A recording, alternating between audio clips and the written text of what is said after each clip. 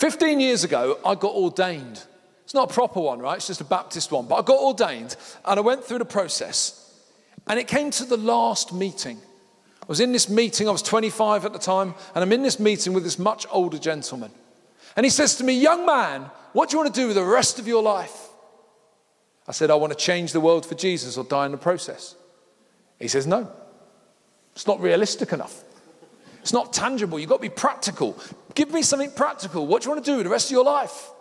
I said, okay, I want to be involved in the greatest revival in human history, and I want it to be in the United Kingdom. He says, no, that's not sensible enough. It's not realistic enough. It's not practical enough. He said, I've worked in the same area for a decade. We've seen 3 people come to faith and many more leave. Young man, be sensible. Young man, be practical. Young man, be realistic. Young man, what do you want to do with the rest of your life? At this moment, I wished I'd had the filters I have now.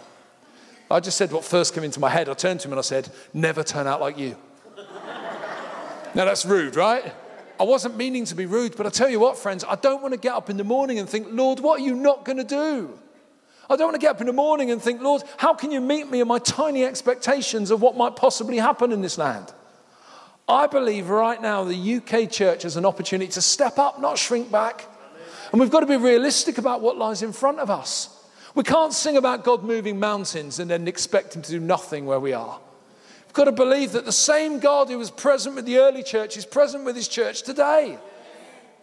And I know the landscape's hard. Let's get realistic. It's a growing, hard landscape here in the UK. The UK church is nowhere near being persecuted, but it's being moderately marginalised. Especially those of us who are biblically orthodox. We're being moderately marginalised. That's okay. Church doesn't grow from the mainstreams, it grows from the margins. But we do have to be realistic, it is difficult. And we're living in a time when people don't believe in truth. You know, the Oxford and Collins dictionaries take it in turns to choose what the word of the year is. Last time it was Oxford's turn, the word of the year was post-truth. And then Collins had their go and they went for fake news. Now, forgive me, I don't claim to be a great academic, but I'm not sure how any of those qualify as a word of the year. In both cases, they're 2 words. But also, my mum had 1 word growing up to sum up all 4. Lying. It's lying. Post-truth is lying. Fake news is lying. It's not an alternative reality. It's just lying. Well, great cultural paradox of our day is there's a dictionary definition for post-truth. How's that even possible? And the definition is this. Personal feelings are more important than objective facts. Friends, that's absolute garbage. You know, let's have a go. Okay, I am currently a 4'6" Chinese woman speaking in Prague. I'm not. It's very clear that I am none of those things. So however I might feel is irrelevant. We believe in truth, and you will know the truth, and the truth will set you free.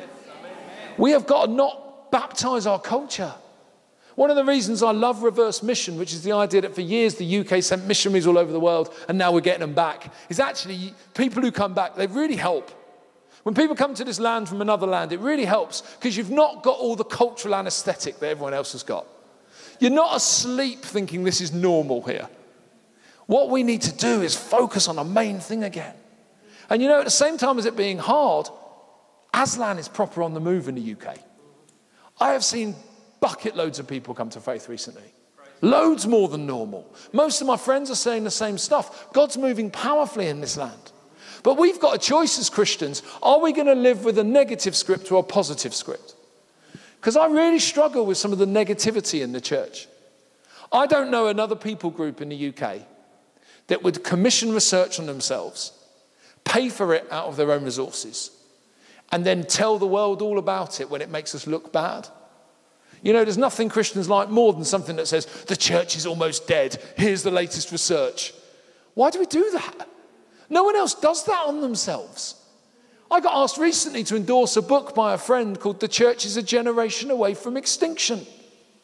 What a stupid title. Everything in the world is a generation away from extinction. But there's something about Christians where we like to sensationalize stuff to sound really bad and then wonder why no one wants to join. Whereas in contrast to that, as well as being a Christian, I'm a massive football fan. I support the same football team as Jesus. AFC Wimbledon, right? People say, why does Jesus support Wimbledon? That's really obvious. He cares about the marginalized. He loves those who've been mistreated. And those who've been forced to live in exile have a special place in his heart, right? But when it comes to football, every summer, based on nothing, you think the next year is going to be your year, right? Because of the age I am, most of my friends I grew up with in London support Manchester United. And they're all telling me it's going to turn around. It ain't. It really isn't. But there's this foolish optimism almost. Now, don't get me wrong. I'm not saying we should go that far. But I think we need a positive script, not a negative one. You know, I believe in my lifetime we're going to see a major move of God in the UK. I really believe we're going to see the United Kingdom turned inside out, upside down and back to front for Jesus. I think we're going to see all kinds of things kicking off. And you know, my only other option? Dying, believing it was coming the next day. Because we're people of hope, we're people of an empty tomb. Let me tell you something as well. More people became Christians yesterday than any day since Jesus resurrected. More people did. More people became Christians yesterday than any day since Jesus was resurrected. More people will become Christians today than did yesterday. Hallelujah. Therefore, the church is winning. Yes. You know, we've got to get a reality check. You might say it's not happening here, but that's okay. There's not a British section in heaven. I want it to happen here. But whilst it's not, I'm having a global perspective because I'm from a global family. And so Jesus is transforming the world. We just need to see more of it here. This is not a time to shrink back. It's a time to step up. So if you've got a Bible, would you turn it on? I've got a paper one. We're going to go to Acts 5. I'm just going to read a few verses from Acts 5 and then talk about what this might mean for us here in London today. Acts 5 verse 12 says this. The apostles performed many signs and wonders among the people, and all the believers used to meet together in Solomon's colonnade. No one else dared join them, even though they were highly regarded by the people.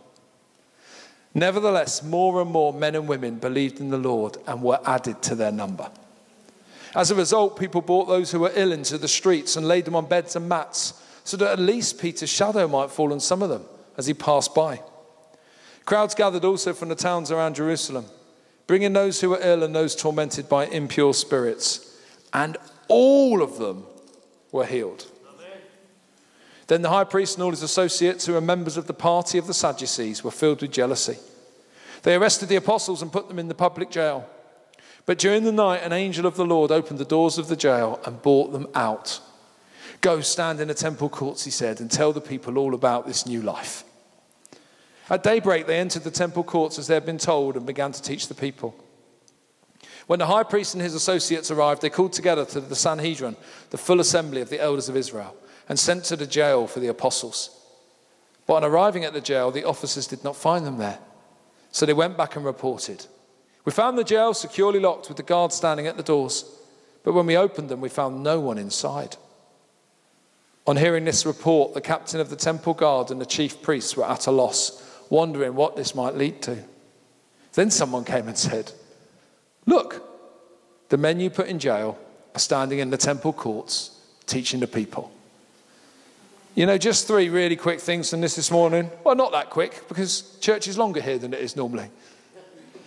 But three things this morning. The first is this, and you know, we all know this, but you can never be reminded too often. Our God is all-powerful.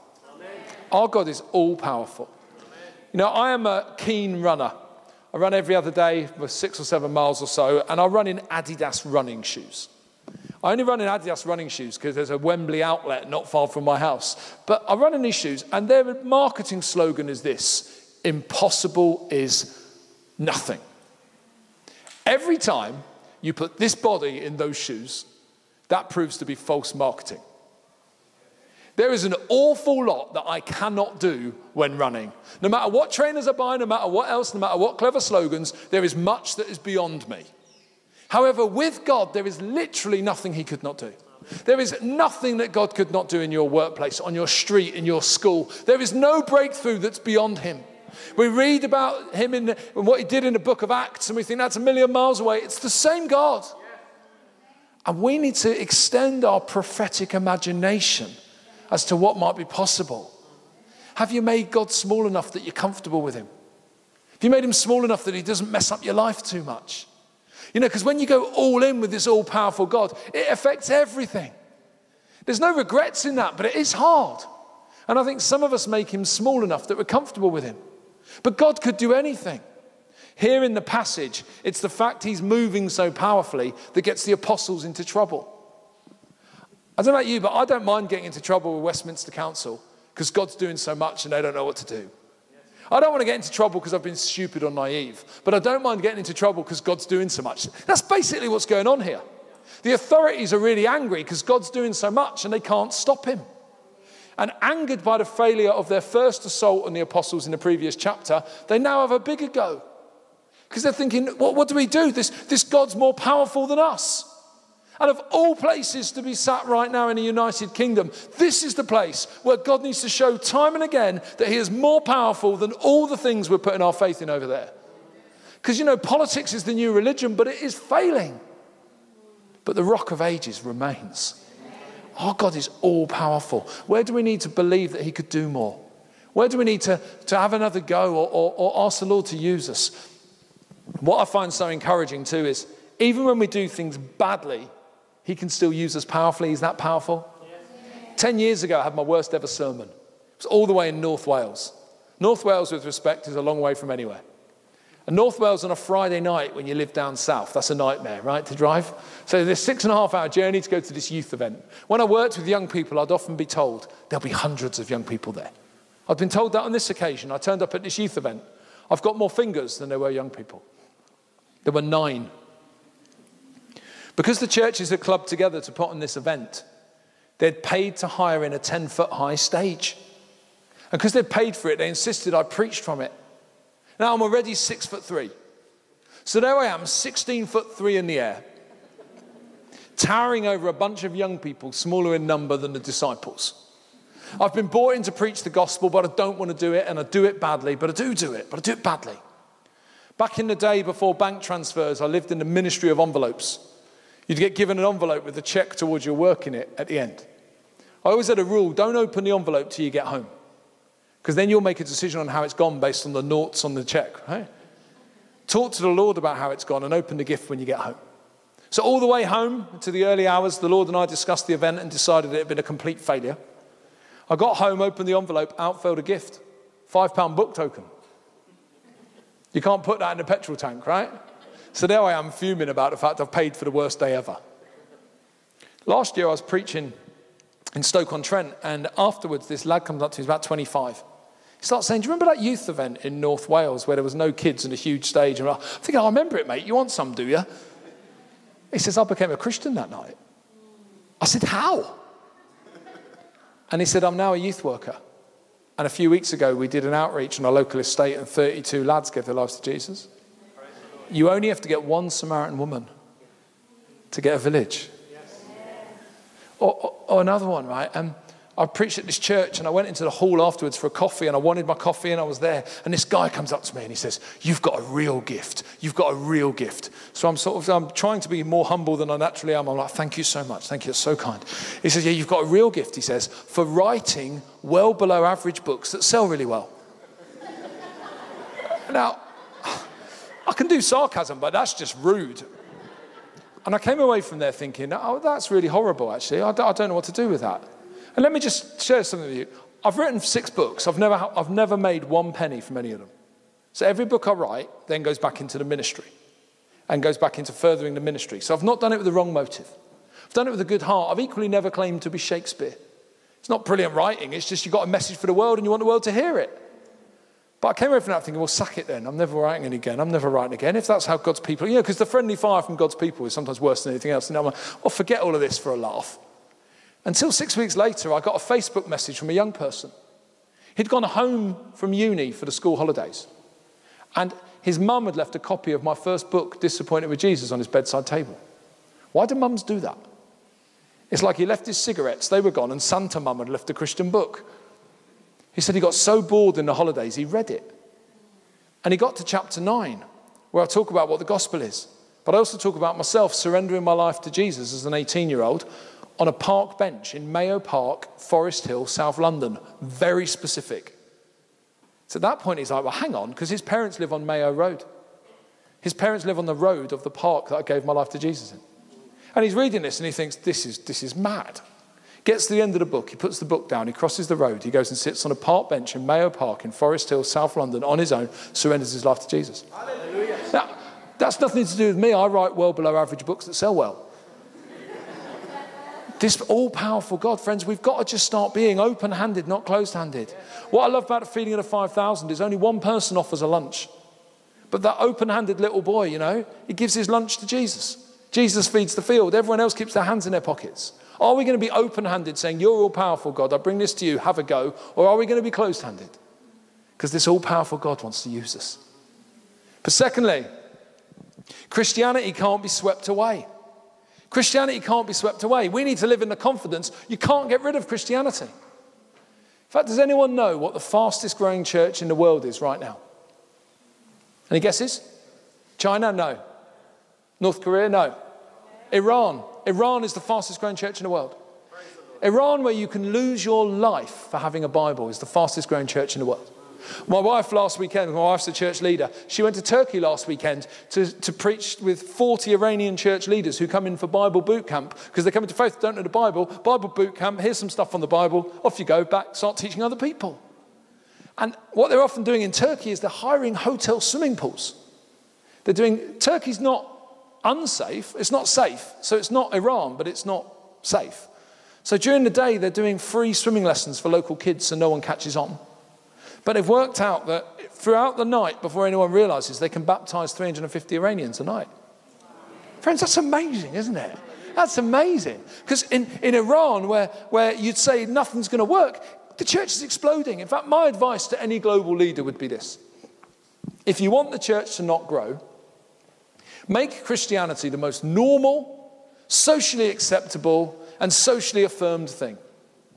Don't put it under pressure. Because when you put the church under pressure, it grows.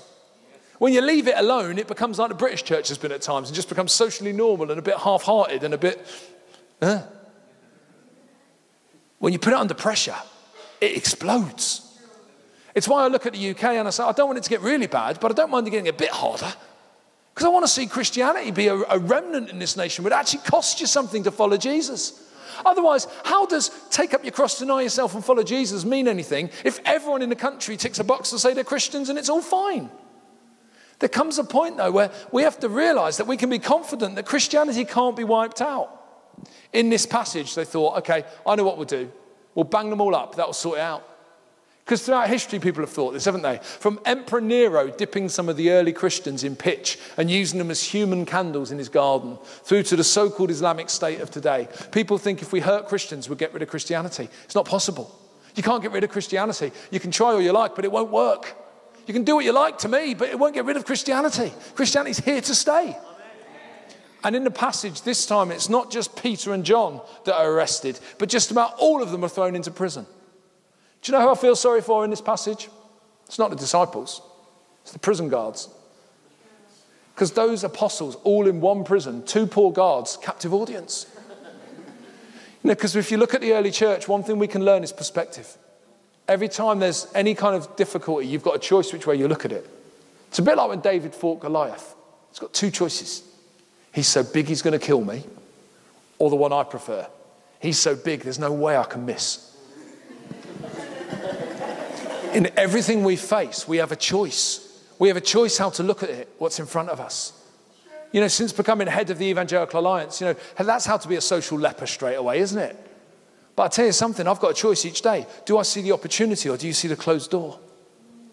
What I love in Scripture too, and this is any of you that work with younger people or are parents or have any heart for young people, so therefore all of us, because we all love every generation. When you're talking with younger people, don't just say what the Bible says. Talk about what it looks like. Anyone that says the Bible's boring has never read it. The Bible's the most visually interesting book. But sometimes in the church, we only talk about what it says, not what it looks like. And we need to actually share a visual Bible too with a visual generation. I'll show you what I mean. I love thinking about certain stories. I wish I'd been there when Moses split the sea. Now, we talk about that story as if it's normal. That is not normal. The sea split in half. I've got 2 questions, though. How soggy was the ground they walked on?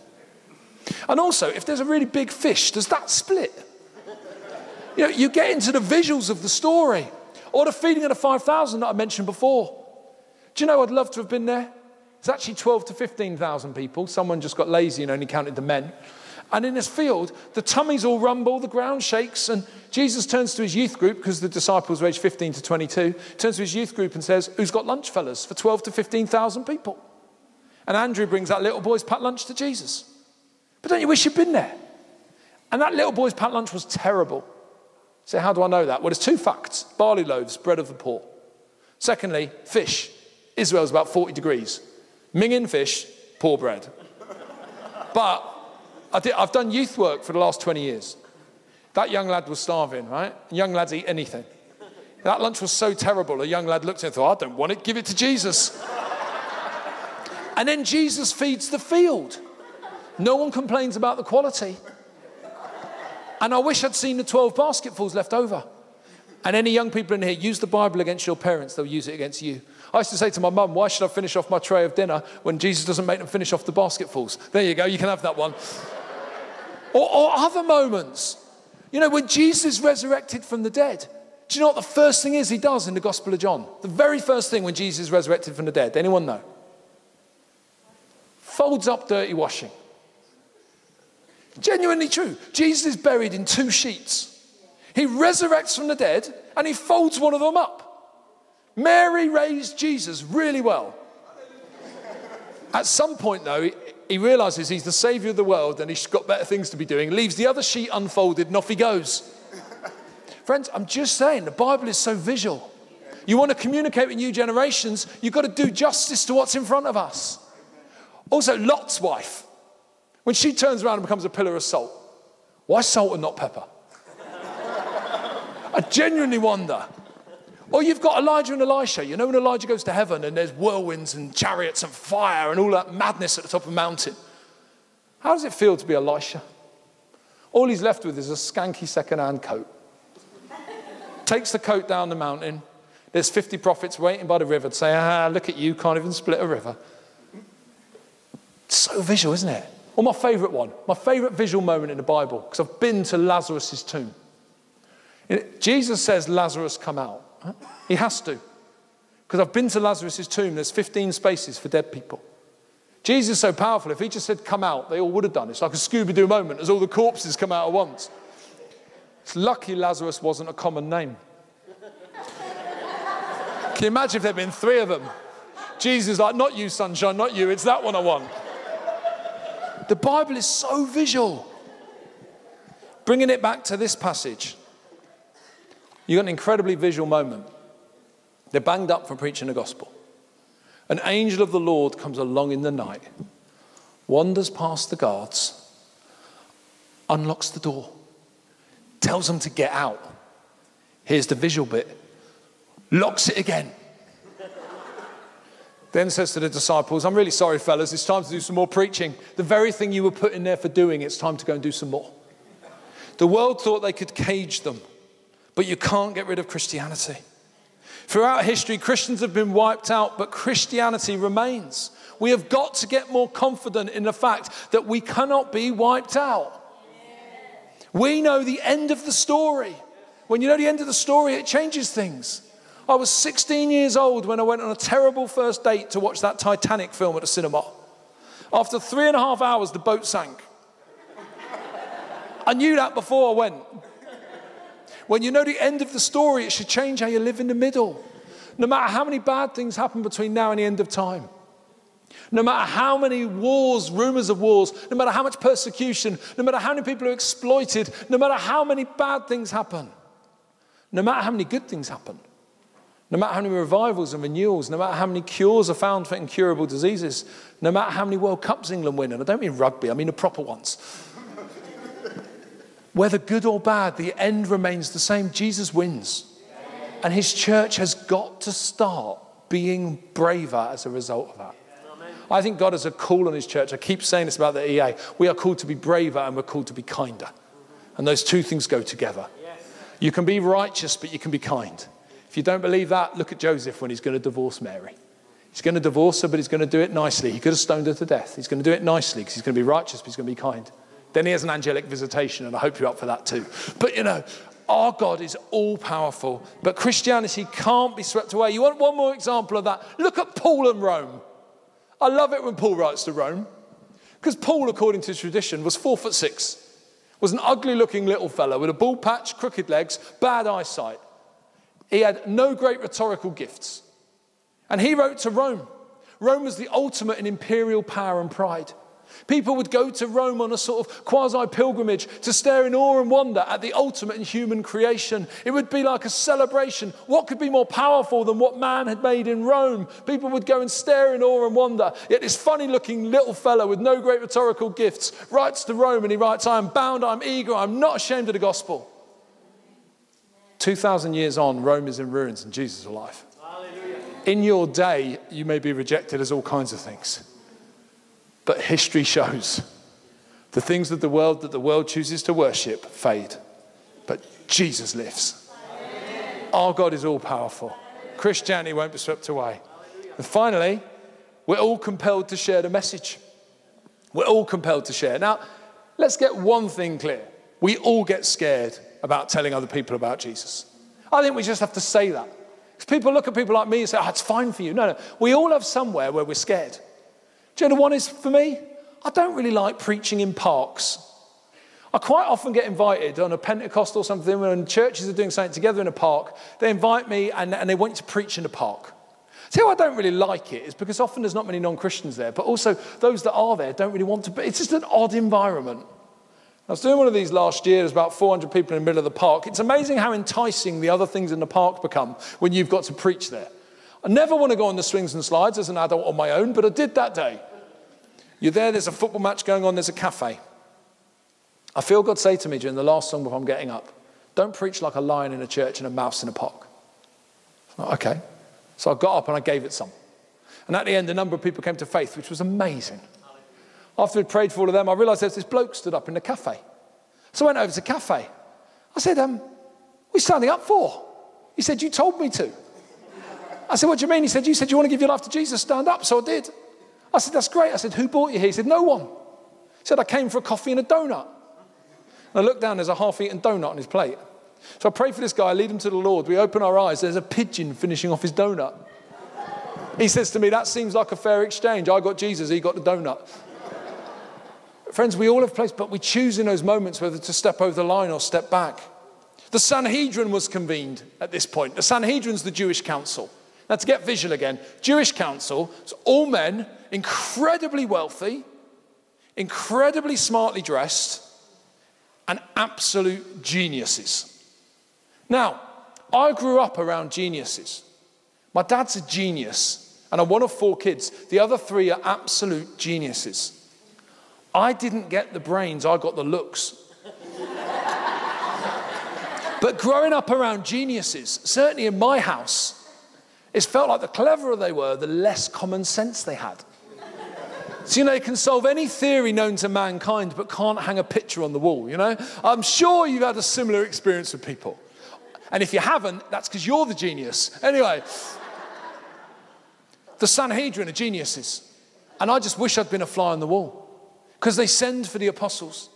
And the messenger comes back and says, they're not there. So they'd say, well, was the door open? No. Were the bars broken? No. Was there any sign of breaking and entering? No. Where have they gone? Dunno. And then you've got this circle of incredibly wealthy, smartly dressed geniuses, brains like the solar system, rotating, trying to solve this conundrum. I wish I'd been there. Then someone bothers looking out the window. They're like, surprise! They're out there. What are they doing? What you put them in prison for? Then you wish you'd been there. There's something about Jesus that when you know him, he's in your guts and you're compelled to share him. Spurgeon said every Christian is either a missionary or an imposter. And we mustn't be imposters. And the time has come for the church to deal with one of the things we've done wrong. We have made witnessing and evangelism a personality type. Why? We've made it a larger-than-life, storytelling, in-your-face bloke. I can't imagine the type. I can. Here's the thing, friends. People like me will share the gospel whether we are told to or not. But the whole church needs to witness to reach the whole world. Evangelism is not a personality type, and it's certainly not a job. I get asked quite often, when do you have some time off? And what people mean is, when do you just stop working? I have time off email. I don't have time off witnessing. Because that's what I do with my life. It's like I go to a football match, I'm not thinking, oh, it's so good I don't have to talk about Jesus today. As if. And we as witnessing, we need to take back witnessing as all of us. You know, on the screen, these are grains of sand under a microscope. Grains of sand all looks the same from a distance, but up close all looks different. A little bit like people, isn't it? It will take all of us to reach everyone. The church needs to take witnessing back, and it needs to be everyone witnessing to everyone. You know, let me be honest with you. I'll tell you something, this will really surprise you. This will really surprise you. I can be a bit much for some people. I can be a bit much. I'm a bit in your face for some people. I love the tube. And I love the tube in rush hour. I love it when I get on with my friend where I live. We get on in the most packed bit of the tube. We stand in the bit where there's the most people. And we stand in there and we just really loudly talk about Jesus. Because no one else talks about anything. So we just talk about Jesus really loudly. And if anyone shows an interest, boom, divide and conquer. Most people aren't like that. That's cool. Or when I go out for meals, I've never understood why Christians say grace in a restaurant without praying for the people who've bought them the food. So every time I go for a meal, I ask the person, I live for Jesus, I work for the church, I'm going to thank God for my food. What can I pray for you? Do you know what? It's amazing what you end up praying for people. Because most people haven't got anyone interested in them. And the other great thing is it saves me loads of money because my kids hate going out for meals. My friend Pastor Agu runs the Redeemed Christian Church of God, which is probably the fastest growing denomination in the UK. And he had me speaking at his conference recently and introduces me like this. He says, this is my friend Gavin. He has the wrong personality for his nationality. He says he's more Nigerian than he is British. And that's cool. But you know what? It takes all people to reach all people. That's why this church is exciting. You're a dangerous church. Like I said at the start, no one else would gather this bunch of people in a room. Every age, every ethnicity, every profession, all in one. That's the church. So what chance do you have of reaching the world around? But we need to start witnessing more. We need to start sharing more. Evangelism is not for professionals, it's for everyone. I met a passion expert because I'm worried I'm not passionate enough. And I met a passion expert. And she says to me, do you know how you can tell what people are passionate about? I was like, yeah, of course, yeah. What they spend their money on. She said, no, you literally could not be more wrong. What you spend your money on is socially conditioned. She said, there's two ways you can tell what people are passionate about. Firstly, what they spend their time on. She said, all you have to do is get someone to write down everything they do in a week, and you can tell from that what they're passionate about.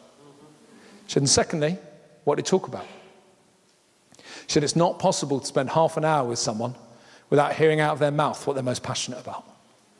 I guess the challenge to us is, are we passionate enough about Jesus that it's not possible to spend half an hour with you without you talking about him? And we'll say, yeah, but what about when people react funny? Listen, it's the church that's made talking about Jesus weird, not the world. You say, what do I mean? Well, the world was never talking about Jesus. So if your friends think it's weird to talk about Jesus, it's because you never do it. I listen to my friends bleat on about all kinds of things. And you know what? They're my friends, so I have a listen. We've got to make sure that we are true to who we are and that we're passionate enough about Jesus.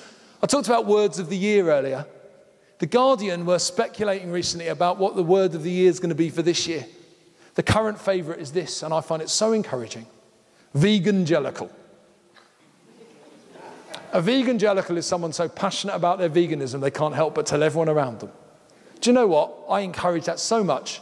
Because if it's okay to talk about your diet to everyone, it's okay to talk about the risen Jesus to everyone. But we've got to make sure that it's coming out of who we are. At the EA, one of the things we do is release videos of different ways people are sharing their faith. And there was one about this lad, Ben, who was in year 9 at school. He's about 14. And he was sharing his faith passionately at school. That is hard, isn't it? If you can do it there, you can do it anywhere. His grandma knew he was a Christian, but didn't know quite how on fire her grandson was. She went to church one Sunday night. It was all about sharing your faith at church. They said at the front, we're going to just play a video from the Evangelical Alliance about sharing your faith. She's watching the screen as her grandson comes on the screen, talking about sharing his faith at school. That would just break you, wouldn't it? She cries a river. 6 chairs down from her is one of her friends, Reg. Reg is 92. He's never shared his faith once. He stands up after the video and says, I want to be like Ben. It's a great thing about the church, isn't it? We don't play by the rules of the world. A 14-year-old can teach a 92-year-old something and vice versa. So they all gather around Reg and they pray for Reg. 3 weeks later, Reg is in church with his best friend Tommy. They've been lifelong best friends, but Tommy didn't know till 3 weeks before that Reg was a Christian. 6 months after that, Reg holds the towel as Tommy gets baptized. Friends, Christianity is quite simple, really. It's one hopeless person who found hope in Jesus, bothering to tell someone else. And I think one of the challenges to us as a church is we mustn't get bored of the gospel. We've got bored of something the world's not yet heard. Because of our sin and our brokenness, Jesus, who is God, comes from highest heaven to lowest earth as a baby. Isn't that amazing? I'm going to celebrate that in December. Every year it gets me that the God who threw the stars into space becomes a little baby for you and me. Babies can't do anything. Well, they can't do anything you want them to do. And not just any baby, a baby boy. The lowest form of human. Well, let's be honest, women are the superior gender. And if you don't agree, you're single. Anyway, Jesus then grows into a man who gives food to the hungry, health to the sick, life to the dead.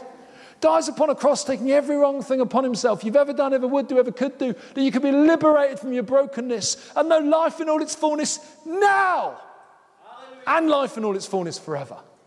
3 days later, they go to the grave. The grave is empty because my Jesus, your Jesus, defeated death. For 2,000 years, everyone's looked for the body. There is no body because Jesus is alive. And when you go to the garden tomb, Joseph of Arimathea was a little fella. Jesus was a tall guy. So they've dug out a bit by the feet to fit Jesus' body in. I don't know why they did that. Home improvements should only ever be done for the long term. They were only needed for 3 nights. He could have been put in a fetal position. But Jesus is alive. And I think the church has got bored of something the world's not yet heard. Because the gospel changes lives in a way nothing else can. I was preaching at a church in southwest London. I used to preach a lot in young offenders institutes when I worked at Youth for Christ. It was always fun, but you were never sure quite what impact you had. Because being honest, if you went to Young Offenders Institute, the lads get an hour out of their cells if they go to chapel. And if they respond to your talk, they get 15 minutes more out of their cell. So every week, everyone becomes a Christian. So if you feel like you're losing it, you go in there, you come out feeling like Billy Graham, but you're never quite sure what the impact was. And I preached at this church, and this mum came up to me afterwards. She said, "Thank you so much, thank you so much." I said, "Oh, it's great, it's been great to be with you today." She said, "Oh, not for today, that was bang average." She says, "Thank you for 10 years ago when you preached in Feltham Young Offenders Institute. And my son gave his life to Jesus. And my son's now going back in on a chaplaincy team into Feltham Young Offenders Institute to help other young offenders meet Jesus."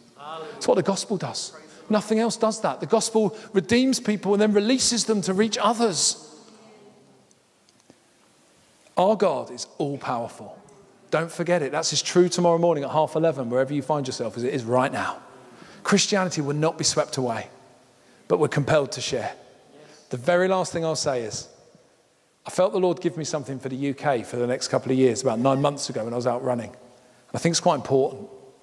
You see, when I worked at Youth for Christ, I was very clear about the fact 86% of people who come to faith in the UK are under 25. If you're running low on resources, whatever you do, don't cut back on young people. Young people are wet cement. Older people are dry cement. Get your chisel out, have a go, and it may go well, but let's focus on the young. However, older people, those over 25, come to faith at junction moments. Move house, get divorced, get married, have a baby, someone dies. Big moments in life are when older people come to faith. And I was out running and I felt the Lord speak to me really clearly to say for the next 2 years, the whole of the UK is at a junction moment. Because of the chaos. It's not a political comment, by the way, but because of the chaos going on, because you can't depend on the things you've been told you can depend on, because life's really difficult, it creates a junction moment in which the openness to the gospel is not like normal. And I'm finding this in my ministry. I'm finding loads more people come to faith than normal. And I really believe that in 5 or 10 years' time, whatever decisions we make, the UK will be fine. Because I don't like it about this nation, but we find a way to stand on someone else's neck and be okay. But in the short term, people do not know where to turn. So the church has got to make the most of this junction moment. If you're not someone that witnesses a lot, now is the time to start because it's easier than normal. Now is the time to start because people have no hope, and yet we have the Rock of Ages. We can show unity at a time of disunity. We can show hope at a time of hopelessness. To tell you something, Jesus has not lost a moment's sleep over Brexit. It's all right. He's got it. And we can show a different way. So that neighbour you've not shared your faith with, that prodigal you've given up on, that hobby you've always wondered about starting, start it to meet non-Christians if nothing else. The time has come for us to make the most of it. And my dream is that the church would develop a habit in the next 2 years that when it gets harder again is normal. That's the thing about habits, isn't it? If you're someone who shares your faith a lot, it just becomes normal. It's abnormal not to share your faith. And what we need to start doing is witnessing and celebrating each step. Some people will lead loads of people to Jesus. Others will do some of the groundwork. We'll all work at it together. But wouldn't it be incredible if this was a church where we started celebrating many, many, many more coming to faith? The numbers are great, but what about even more? But now's the moment. We're living in an unprecedented moment of opportunity for the gospel. Let's pray, shall we?